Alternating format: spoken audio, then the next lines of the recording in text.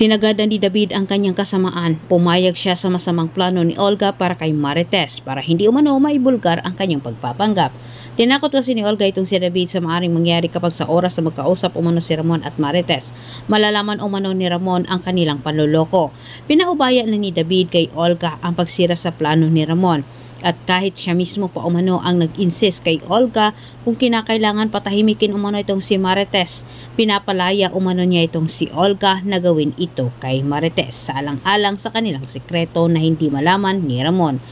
Tilang papalpak itong si Olga sa pagtangka sa buhay ni Marites sapagkat ang tauhan ni Ramon nakabantay din kay Marites habang ipinagbigay alam kay Ramon ang kinaroroonan ni Marites.